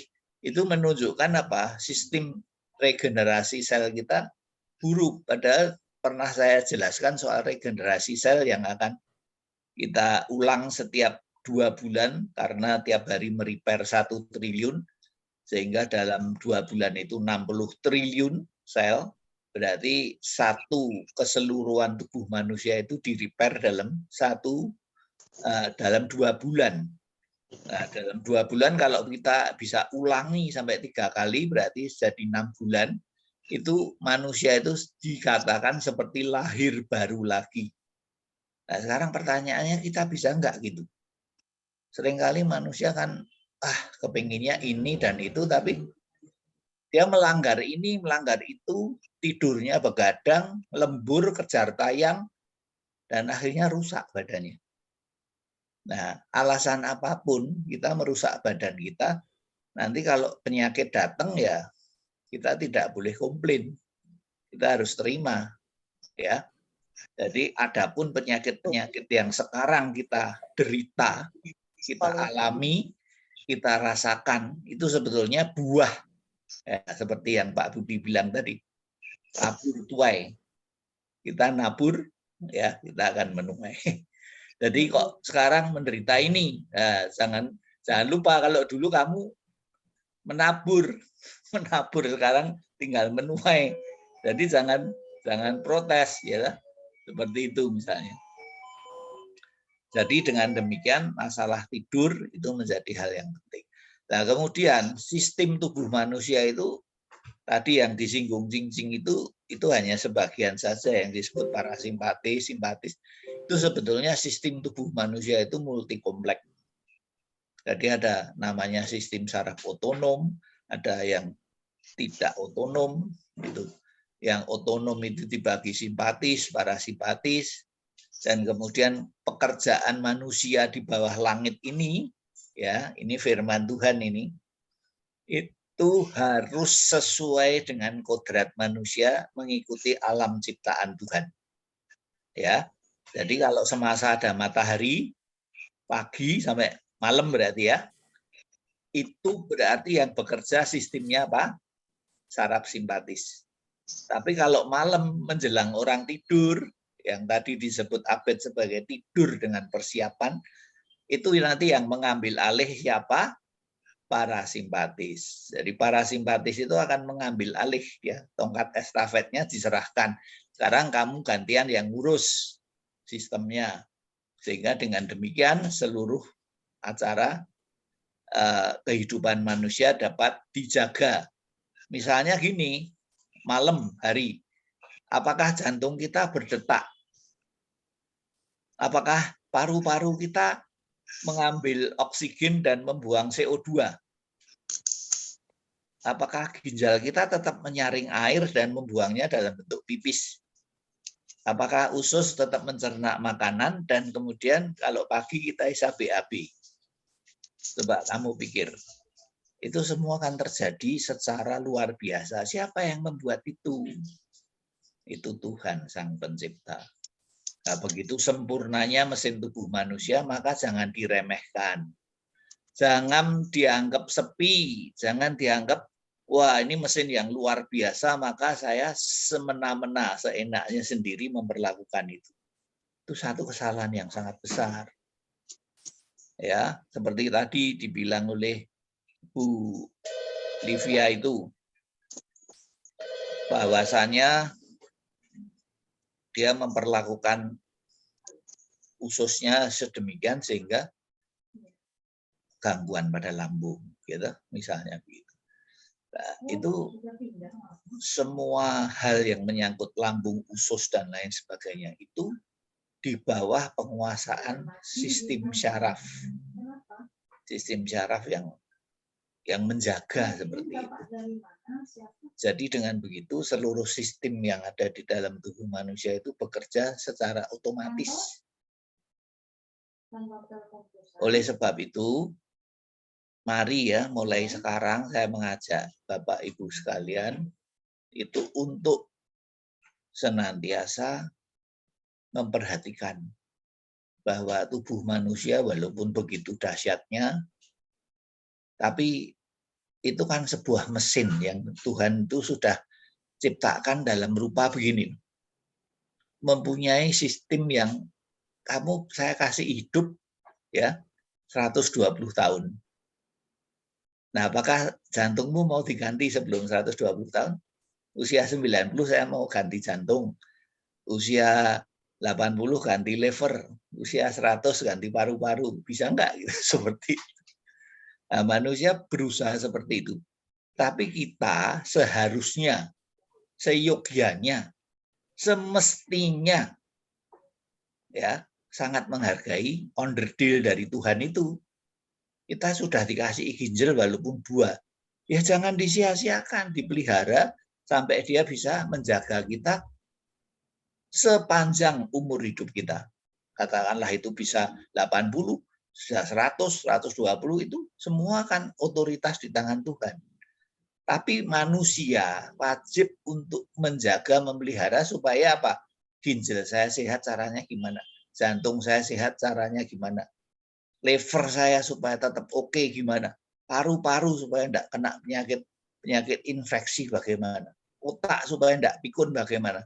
Apakah itu begitu saja turun dari langit? Kita itu sudah diberi onderdilnya loh. Tinggal kita jaga maintenance-nya berarti. Supaya berjalan running well. Baik sekali. Tanpa gangguan. Seperti mobil itu, setiap kali kita mau pakai keluar kota, jauh sekalipun, sehat. Tidak mogok. Nah, itu kan harus begitu. Nah, tubuh manusia kalau mogok ya game over. Jadi dengan begitu, kewajiban kita memahami seluruh sistem dan kelengkapannya itu mutlak. Gitu loh.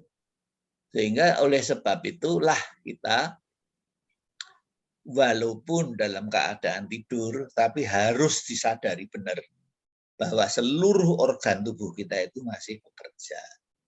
Oleh karena itu, nah ini mengapa di dalam sistem kesehatan itu ada sistem puasa. Juga di dalam spiritual, rohani, agama itu ada puasa. Kenapa ada? Ya karena puasa itu mengistirahatkan, meringankan tubuh kita. Onderdil-onderdilnya seluruh sistem dibuat ringan. Misalnya, ini saya kasih contoh ya. Sudah tidak makan dan tidak minum, mulai pukul 5 sore misalnya. Nah, sampai kapan? Sampai besok pagi jam 7 misalnya. Baru mulai makan dan minum lagi. Paling tidak dia bisa mengistirahatkan selama berapa jam? Hampir 14 jam. Nah, sekarang kalau misalnya diistirahatkan 14 jam setiap harinya, pertanyaannya gini, onderdil kita akan jadi lebih awet apa enggak? Usia pakainya lebih panjang apa enggak? Nah, jadi kita gampang sakit apa enggak? Nah, itu semua sudah bisa dijawab sendiri. Jadi kenapa orang kok enggak sakit-sakit ini ya? Nah, karena dia menjalankan satu sistem yang hebat sekali. Yang sebetulnya kita semua bisa. Nah, tinggal mau enggak. Nah, masalahnya gitu loh. Kalau enggak mau ya sudah. Gitu. Tapi kalau sudah sakit penyakit, ya jangan geger. Jangan protes pada Tuhan.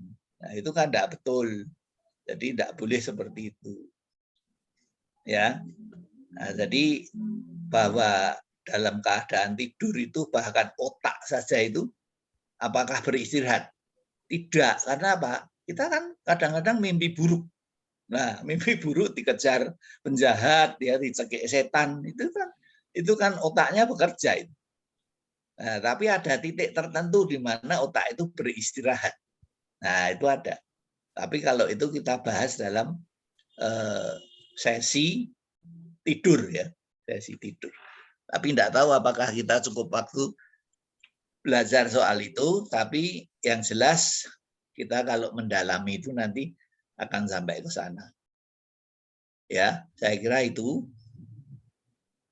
yang saya sampaikan. Barangkali kalau masih ada pertanyaan silahkan. Kita masih punya waktu 15 menit. Apakah kita masih pendalaman di sini? Apakah nanti sudah yang lainnya? Tapi kalau masih di sini ya tidak apa-apa. Kita memperdalam, memperjelas sampai itu menjadi bisa kita terapkan dan implementasinya dalam keseharian kita itu bagus sekali. Ya, silakan. Ada pertanyaan teman-teman? Kalau enggak, kita jalan di 15 menit ini. Hal yang cukup penting juga. Kayaknya Mau bisa nanya ya. sih, Iya. Pak Dokter mau tanya, kalau saya perhatikan ya anak-anak kecil, balita zaman sekarang itu lebih banyak dikasih makanan yang kemasan gitu ya, makanan yang udah jadi apa istilahnya MPASI atau yang begitu-begitu ya. Kalau saya dulu kecil, waktu saya masih kecil, terus saya juga punya adik, jadi saya lihat sama orang tua tuh dikasih makanan pisang dihancurin atau brokoli, wortel di blender gitu ya. Tapi kalau zaman sekarang saya perhatikan tuh banyak ibu-ibu yang ngasihnya tuh makanan kemasan yang tinggal dilarutkan, atau kayak air kelapa juga dikasihnya air kelapa yang kemasan yang ada merek apa gitu ya. Kira-kira kalau pola hidup seperti itu, dokter, untuk kedepannya ketika si anak itu udah dewasa, akibat-akibat apa aja yang bisa terjadi pada anak itu yang lebih sering dikasih makanan kemasan gitu daripada yang natural? Ya, ini pertanyaan yang bagus sekali. Barangkali bisa untuk yang punya anak, cucu yang masih kecil ya. Jadi adanya makanan-makanan kemasan itu karena manusia modern itu kehabisan waktu. Dia hidupnya suami istri barangkali harus kerja, sehingga untuk menyiapkan preparing untuk homemade ya, masakan rumah itu sudah tidak bisa, sehingga apa-apa digampangin pakai sesuatu yang instan berupa sesuatu yang di dalam kemasan. Tetapi sebetulnya kalau kita ditanya dasar dan kebaikannya mana yang lebih unggul, itu adalah makanan yang dibuat secara langsung, misalnya seperti brokoli yang dilumat, seperti wortel, pisang, pepaya itu jauh lebih bagus. Karena apa? Ya, anak dikenalkan ususnya itu dengan bahan-bahan alami yang nanti akan dikenalinya sebagai sesuatu yang baik untuk tubuhnya. Dan pencernaan dia dijalankan sebagaimana mestinya. Karena kalau sesuatu yang instan itu semua sudah terlalu lunak. Seperti bubur gitu loh, terlalu encer. Sehingga apa? Ususnya itu terlalu dimanjakan, dimudahkan sekali. Sehingga apa? Dia tidak mempunyai ketahanan apa-apa. Dia gampang kena mencret, dia gampang kena sakit ini, sakit itu, pertumbuhannya tidak baik, di masa remajanya juga sering sakit, masa dewasanya kurang sukses, dan mungkin belajar di perguruan tinggi juga kurang berhasil. Nah, itu hanya salah satu sisi dari kekeliruan dari manajerial semenjak dia masih kecil itu tadi. Oleh sebab itu sebetulnya bagi yang suami istri bekerja, itu memang salah satunya itu harus ngalah. Satu-satunya harus mengorbankan sementara untuk ngurusi anaknya itu sampai umur 3 tahun sebetulnya. Dalam 3 tahun itu anak dan ibunya itu bisa memiliki bonding yang baik, ikatan kejiwaan yang baik. Nanti kalau enggak, anaknya itu sering bermasalah dalam hidupnya dan kasihan. Dia tidak akan bisa baik juga tingkat kesehatannya.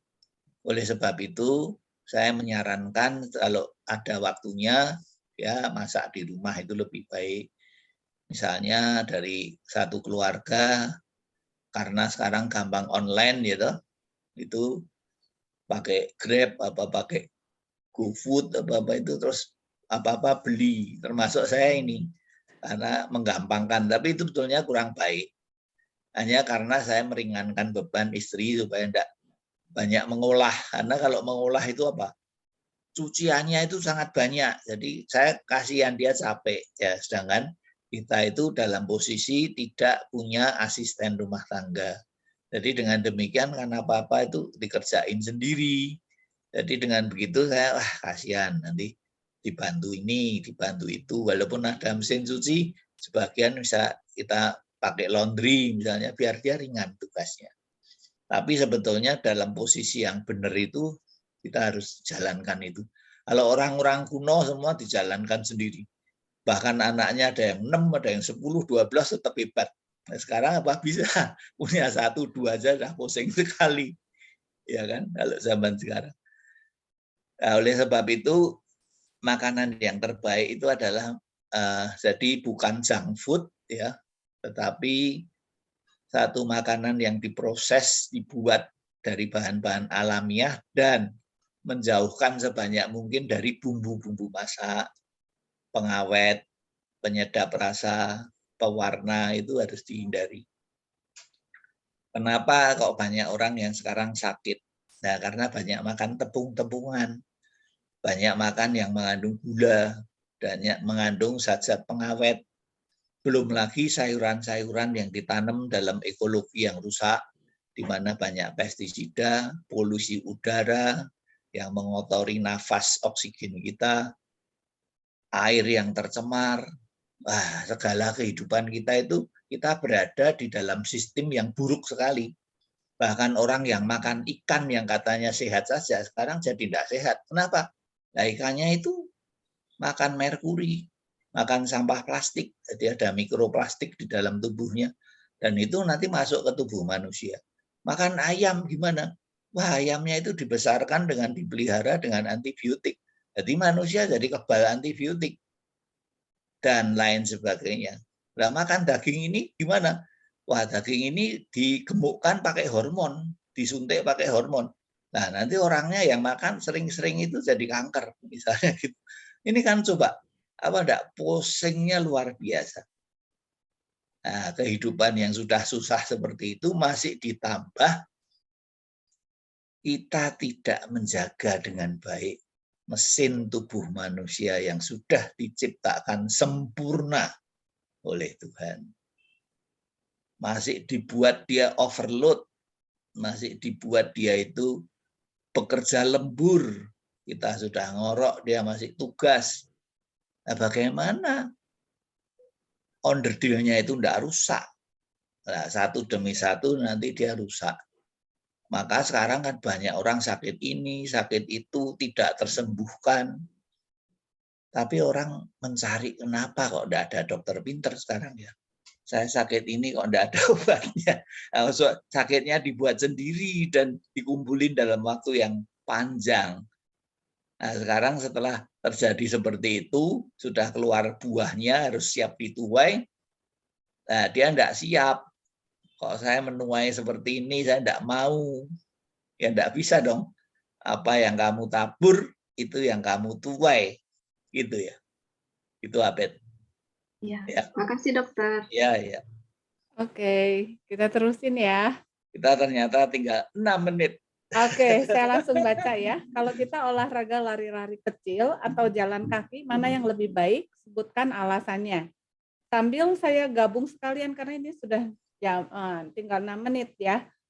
Jujurnya saya sering sekali share sama Dokter Darmadi hal-hal yang tentang kesehatan ya, dan sebetulnya kebanyakan 90% tidak boleh dikirim ke grup ya, dianggap hoax gitu. Padahal kayaknya canggih-canggih dari University Boston lah, dari mana, tapi itu tidak boleh ya. Ini saya baca cepat ya. Namaku Dr. Wang. Hari ini saya bagikan tentang satu penyakit yang diderita orang tua. Penyakit itu terlihat sepele, tetapi bisa membahayakan. Awalnya hanya perubahan nafsu makan jadi kurang senang makan, lalu gerak badan, jalan kaki jadi melemah. Badan rasanya jadi kurang bersemangat dan kurang stamina. Hal ini adalah awal permulaan dari penyakit kebanyakan orang tua, yaitu penyusutan atau pelemahan otot.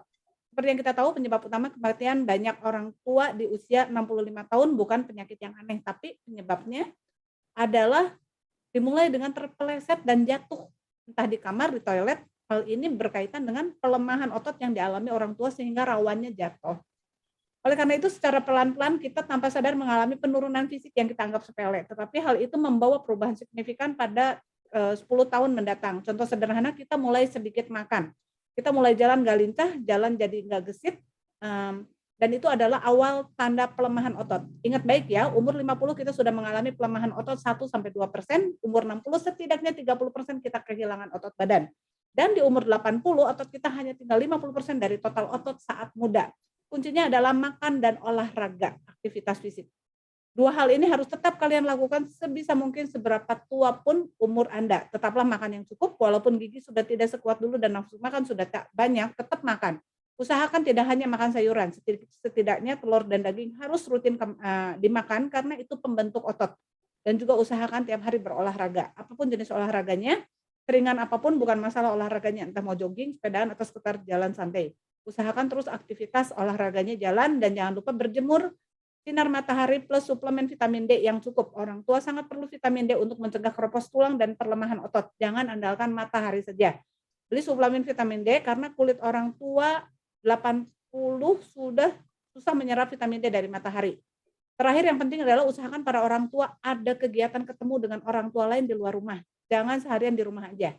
Sekalipun kamu nggak punya banyak teman, anak-anak pada repot semua, tetaplah keluar di hari yang cerah. Carilah teman yang bisa diajak ngobrol dan curhat bareng. Itu sangat penting bagi otak dan kesehatan. Oke, itu saya baca soalnya ini kan kita buat online ya. Jadi nanti orang-orang yang di YouTube udah enggak, kalau kita kan udah belajar ya, itu udah baca ya. Jadi itu saya bacakan dokter, silahkan. Ya. Mungkin Jadi kayaknya langsung dokter yang mau jelaskan ya, ngasih, nggak ada yang waktu. masuk ngasih tanggapan ada nggak? Yang Kayaknya kira-kira mending dokter memahami. jelaskan ya, supaya waktunya efektif, jadi semuanya ilmu. Ya, jadi yang disebut tadi itu memang sebagian benar, sebagian tidak. Nah, kenapa begitu? Maka kalau hal seperti itu di-share-kan karena ada yang bagian tidak benarnya, itu akan menimbulkan kerepotan. Karena kita tidak bisa membetulkan lagi kalau sudah salah. Jadi begini, pada prinsipnya dalam masa perkembangan dan pertumbuhan manusia itu ada tahap 1, tahap 2, tahap 3. Seperti saya ini masuk ke dalam tahap 3, ya, penutup. Ya. Misalnya kita anggap 30 tahun pertama itu tahap 1, 30 tahun kedua tahap 2, 30 tahun ketiga itu yang tahap 3. Itu berarti sudah 90, kalau lebih ya sudah masuk tahap 4. Pada prinsipnya manusia itu diciptakan untuk bergerak. Jadi kalau orang diam saja itu pasti akan gampang sakit. Orang yang diem saja itu tidak berarti orangnya itu nggak suka olahraga loh. Kadang-kadang bisa juga suka olahraga. Tapi orang yang suka duduk di depan TV misalnya, kerja di belakang meja, berlama-lama, itu termasuk mengurangi gerakan tubuh manusia yang seharusnya dia punya mobilitas. Dan mobilitas itu sekecil apapun, itu penting. Oleh sebab itu, siapapun ya termasuk saya yang sudah berbuat salah itu, saya itu kalau melihat di komputer, baca buku itu terlalu lama sehingga bisa sampai 6 jam, 8 jam dan itu mengurangi gerak. Nah, sehingga kalau geraknya saya kurang, bahkan jalan saja kurang di dalam rumah ini, di dalam ruangan ini, maka cairan empedunya itu juga akan menjadi error nanti. Jadi banyak zat-zat yang harusnya tidak jadi batu, itu akhirnya jadi batu empedu. Sehingga saya pernah mengalami, saya itu punya batu empedu yang cukup banyak. Nah, sehingga gambaran USG-nya itu, aduh, banyak pasirnya, banyak yang diameternya berapa sampai berapa. Jadi saya itu termasuk sedih itu. Terus ada beberapa batu di saluran kencing. Nah, karena apa? Kita tidak gerak itu loh. Tidak gerak itu menimbulkan gampang sakit penyakit. Nah, mengenai otot, tulang, dan syaraf itu juga sama. Jadi kalau seseorang sakit dirawat di rumah sakit sampai misalnya 2 minggu, itu akan menimbulkan dia tidak boleh turun dari tempat tidur sekian lama. Itu waktu turun tuh suruh jalan, barangkali ada yang tidak bisa, itu jatuh itu dia. Nah, kenapa? Apakah dia hilang kekuatannya? Tidak, karena otot-otot yang tidak digerakkan, dilatih dalam waktu singkat itu cepat sekali menyusut. Nah, sebetulnya teori yang tepat itu adalah pada usia tertentu, katakanlah 40 ke atas itu memang penyusutan dari sistem otot kita itu kalau orang yang masih suka gerak itu hanya 0,5% dalam 1 tahun. Nah, sangat 0,5% dalam setahun. Tapi kalau orang itu tidak gerak sama sekali, ya, karena tidak punya aktivitas dan lain sebagainya, dan dia diam, itu sehari itu bisa hilang 1% malahan. Jadi karena itu dia cepat sekali kehilangan kekuatan ototnya. Nah, kalau otot itu kekuatannya kurang, tulang dan syarafnya akan menjadi rapuh. Tulang syarafnya ikut menjadi lemah. Dan karena itu dia kalau jalan gampang jatuh. Nah, kalau jatuh terus gampang patah tulangnya dan lain sebagainya, lain sebagainya. Jadi ini repotnya bukan main. Tetapi sebetulnya ada juga banyak orang yang geraknya cukup, olahraganya ya katakanlah hanya sekedar jalan pagi, Tetapi sampai umur 80 dia masih sehat. Bahkan saya sudah mengenal beberapa hamba Tuhan yang umurnya 80-an itu wah masih kelihatan sehat. Dia rumahnya seperti di pegunungan gitu loh. Wah, ini bagus sekali saya lihat. Sangat sehat. Jadi saya senang melihat dari cara hidupnya yang sederhana, dia gerak, dia masih suka berkebun sedikit-sedikit. Ya, istrinya juga berkebun itu tanaman-tanaman bunganya. Jadi saya lihat suami istri ini diberkati Tuhan secara luar biasa. Itu adalah hamba Tuhan yang saya ceritakan itu. Nah, sekarang masalah orang yang tidak gerak. Orang yang tidak gerak itu, tadi saya bilang bisa orang yang misalnya satu hari itu dia nonton TV, sinetron, entah apapun itu 3-4 jam. Misalnya gitu. Dia kerja di balik komputer atau baca buku misalnya 3 atau 4 jam. Itu berarti dia selama 8 jam itu nggak gerak banyak itu. Nah, itu sudah cukup dianggap dia kurang beraktivitas. Dan kalau orang itu dalam posisi tidur di rumah sakit, dalam posisi 2 minggu saja, maka paru-parunya itu bisa terkena infeksi yang menyerang paru-paru namanya pneumonia. Dan itu berat. Oleh sebab itu orang hanya berbaring saja, itu bisa sakit. Nggak usah repot. Yang nggak mau gerak, hanya baring saja. Padahal di rumah sakit itu kan sebenarnya disembuhkan dia. Tapi karena dia nggak bisa turun, ya dia harus diinfus dan lain sebagainya selama 2 minggu, maka dia ya malah jadi kurang baik kesehatannya. Jadi seperti itu repot sekali. Oleh sebab itu tadi seperti Bu Livia itu ya, dia begitu bisa duduk, dia gerak, terus minumnya tetap baik. Itu kan sebetulnya merawat mesin tubuh kita agar berfungsinya itu running well, itu lancar, bagus, dan ya sempurna gitu loh. Oleh sebab itu kehidupan manusia yang sehat itu semestinya tidak perlu tergantung terlalu banyak suplemen. Nah, pertanyaannya apakah suplemen kalau gitu enggak berguna, enggak ada tempatnya? Oh, bukan begitu cara melihatnya. Kalau sesuatu keadaan memaksa seseorang harus pakai dan dia membutuhkan, silahkan. Misalnya kalau ada yang menggunakan pada waktu-waktu tertentu, dosisnya juga tertentu, silahkan. Tetapi jangan dibalik. Dia tidak bisa hidup sehat kalau tidak minum suplemen. Nah, itu salah. Itu kan aneh itu. Manusia kok tidak bisa hidup sehat kalau tidak minum suplemen. Nah, dulu kalau waktu belum ada suplemen gimana itu? Nah, jadi itu kan tidak betul. Nah, sebetulnya orang bisa memelihara kesehatan sendiri dengan baik, tertib, dan sempurna itu tanpa dibantu suplemen. Tapi apakah suplemen itu perlu? Kadang-kadang perlu. Seperti tadi saya terangkan untuk anak-anak yang dibantu probiotik, terus ada vitamin C yang untuk meningkatkan daya tahan tubuh. Ya, jadi ada omega 3 yang menjaga kesehatan jantung. Jadi ada hal-hal yang memang harus dan ada hal yang tidak harus.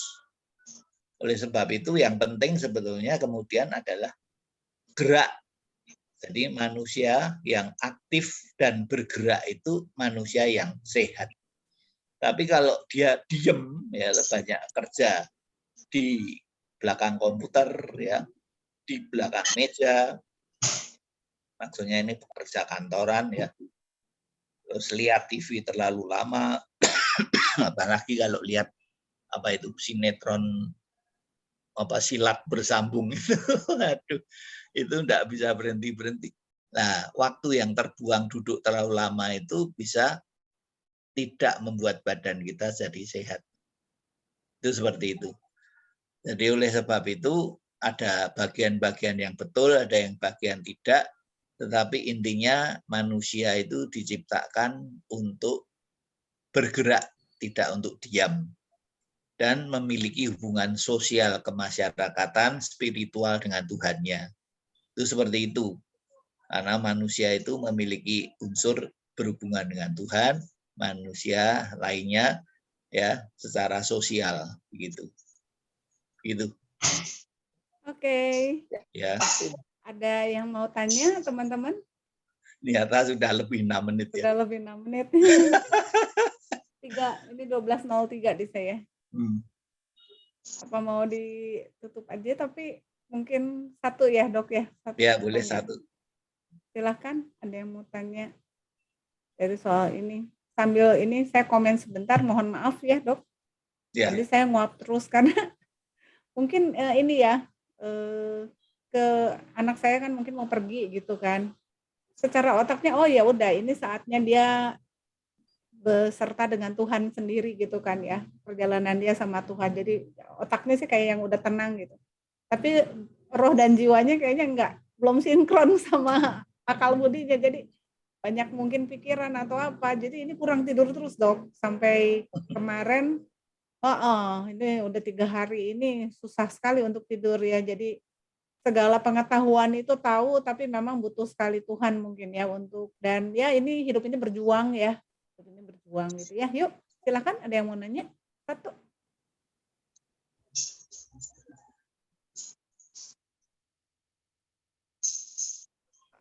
Ada? Saya coba, saya pengen nanya banyak lagi dok. Oke. Cing-cing aja. Jadi dok, apa ya namanya? Saya lagi milih mau nanya yang mana.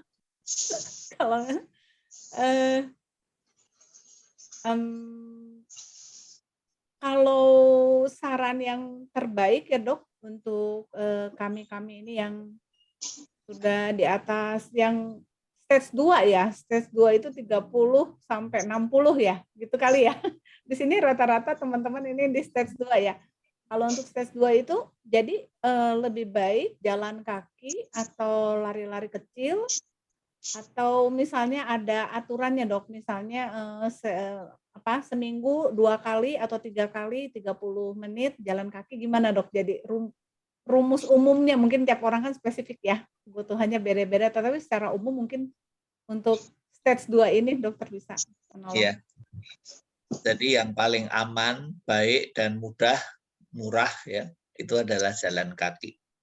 Jalan kaki karena bisa dialami oleh semua orang, hanya tinggal disetel waktunya saja. Misalnya di pagi hari di mana ada sinar matahari yang bisa membuat manusia menjadi lebih sehat. Karena apa? Pada paparan sinar matahari itu akan merangsang pembentukan serotonin, dan nanti kalau Anda teliti, serotonin itu juga membuat ketenangan di dalam hati, pikiran, jiwa seseorang.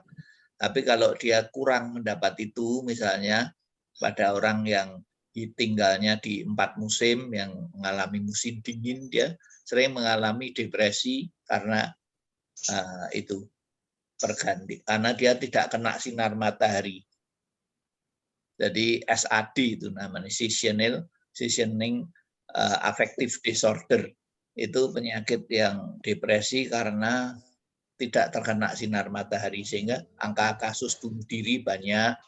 Terus banyak orang yang sedih hati, mengurung diri di dalam kamarnya karena selain dingin dia juga kepingin sebetulnya kena sinar matahari. Maka orang barat itu kalau yang tinggal di 4 musim dia sering berlibur di tempat yang ada panasnya, bahkan berjemur di pantai-pantai, di pantai Bali misalnya gitu kan. Jadi mereka berusaha mendapatkan sinar itu, matahari. Jadi itu berharga sekali. Karena kalau enggak, ya dia tidak akan mendapatkan cukup serotonin. Nah, serotonin itu termasuk menimbulkan rasa damai dan bahagia di dalam kita. Jadi kalau orang yang depresi itu serotoninnya biasanya rendah. Oleh sebab itu obat-obatan farmasi itu seringkali mengandung serotonin itu untuk mengangkat kasus depresi, untuk hilang dari depresinya. Seperti itu. Jadi dengan begitu, semua olahraga yang sifatnya berat itu tidak baik untuk tahap 2 maupun tahap 3. Karena apa? Satu, bisa menimbulkan cedera. Kedua, metabolisme yang terlalu tinggi itu menyerap banyak oksigen. Oksigen yang kita hirup dari udara. Kalau oksidasinya terlalu banyak, itu sisa ampasnya itu kotorannya juga banyak. Seperti orang masak nanti timbul hangusnya atau jelaganya itu.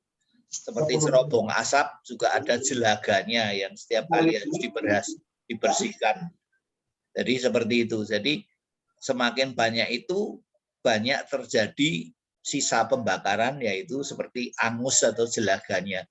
Dan itulah kenapa tubuh harus membersihkannya, tubuh kita membersihkannya dengan antioksidan yang berada di dalam tubuh manusia yang sudah dibentuk. Yang utamanya adalah glutathione oksidase itu, katalase, dan SOD, super oxide dismutase ya. Super oxide dismutase itu pada umur tertentu yang tahap 2 itu sudah mulai turun, sehingga kenapa orang-orang pada usia itu dianjurkan untuk sedikit memakai antioksidan tambahan. Antioksidan tambahan itu dimaksudkan untuk membantu membersihkan sisa-sisa radikal bebas atau racun yang berada di dalam tubuh manusia karena sisa pembakaran yang cukup banyak itu. Nah, kenapa sisa pembakarannya jadi banyak? Karena orang itu mengalami atau menjalani olahraga yang berlebihan. Nah, olahraga yang berlebihan itu akan menghabiskan banyak oksigen dan kemudian menimbulkan sisa pembakaran yang banyak. Selain itu juga sebagian sel-selnya jaringan selnya akan mengalami kerusakan yang perlu regenerasi. Sel-sel yang rusak itu pun mengeluarkan radikal bebas. Nah, oleh sebab itu ini peran antioksidan dari luar yang sudah tidak bisa dicukupi oleh tubuh kita. Contohnya apa ya? Mungkin orang-orang atomi sudah hafal antioksidannya punya apa. Nah, dengan begitu dia memberikan antioksidan itu. Nah, itu namanya memberikan sesuatu porsi terapi yang tepat, terukur, dan terbatas. Tidak setiap kali, setiap hari harus minum, lah itu berlebihan. Nanti enggak apa-apa kok minum. Nanti kalau ada apa-apa enggak bisa diapa-apain. Gitu loh. Jadi kebalik ya. Cara berpikirnya itu kebalik sekali. Saya kira itu penjelasan saya. Oke, dokter. Banyak-banyak banget terima kasih.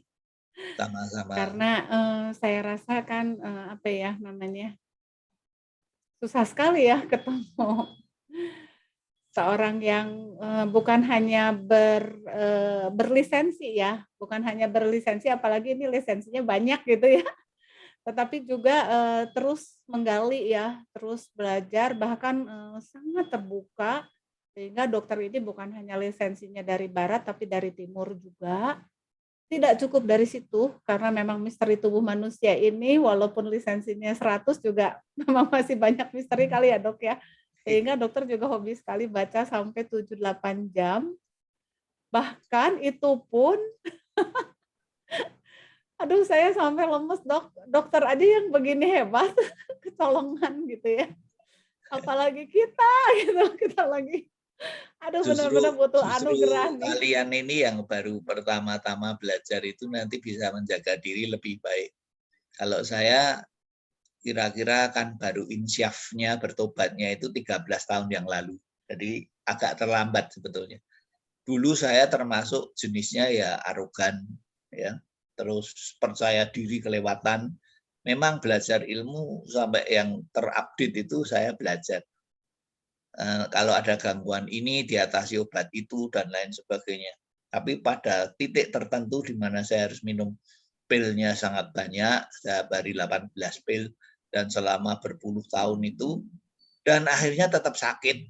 Itu akhirnya saya bertobat di hadapan Tuhan dan kemudian sekarang obatnya mungkin tinggal 2 atau 1. Nah, itu saya bersyukur sekali karena kesempatan itu. Maka kesalahan yang sudah pernah saya lakukan itu jangan dialami oleh yang lain. Jadi jangan merasa happy kalau aku sebulan tidak pernah sakit, ini sudah juara ini. Nah, yang setahun tidak sakit itu juga banyak. Yang 3 tahun tidak sakit juga ada. Nah, nanti coba Anda ukur sendiri derajat kesehatan saya itu sebetulnya seperti apa. Karena kalau dicatat kok dalam sebulan mesti rata-rata sakit sekali. Setahun 12 kali. Nah, ini kok seperti orang gajian. Nah, repot ya. Oleh sebab itu, saya pada akhirnya tidak akan mendalamkan ilmunya lagi, tetapi waktu-waktu yang tersisa akan saya pakai pada round table discussion ini. Tujuannya adalah untuk memperdalam apa yang sudah saya tanyakan, dan kemudian kalau ada WhatsApp yang perlu kita diskusikan itu, kita nanti segera tahu mana itu letak WhatsApp itu di hoax-nya di mana, yang benar di mana, seberapa kebenarannya, sehingga kita mendapat ilmunya itu yang lebih bersih gitulah. Tidak lebih benar ya, lebih bersih, karena kebenaran itu pada waktunya nanti bisa gugur kalau ada penemuan baru, ya. Seperti sekarang ini zamannya COVID, nanti kalau sudah baru COVID ganti apa lainnya. Dulu HIV, sekarang COVID ya. Saya kira itu saja yang dapat saya sampaikan. Nanti kalau ada waktu kita melakukan lagi jawaban untuk pertanyaan-pertanyaan berikut. Ya.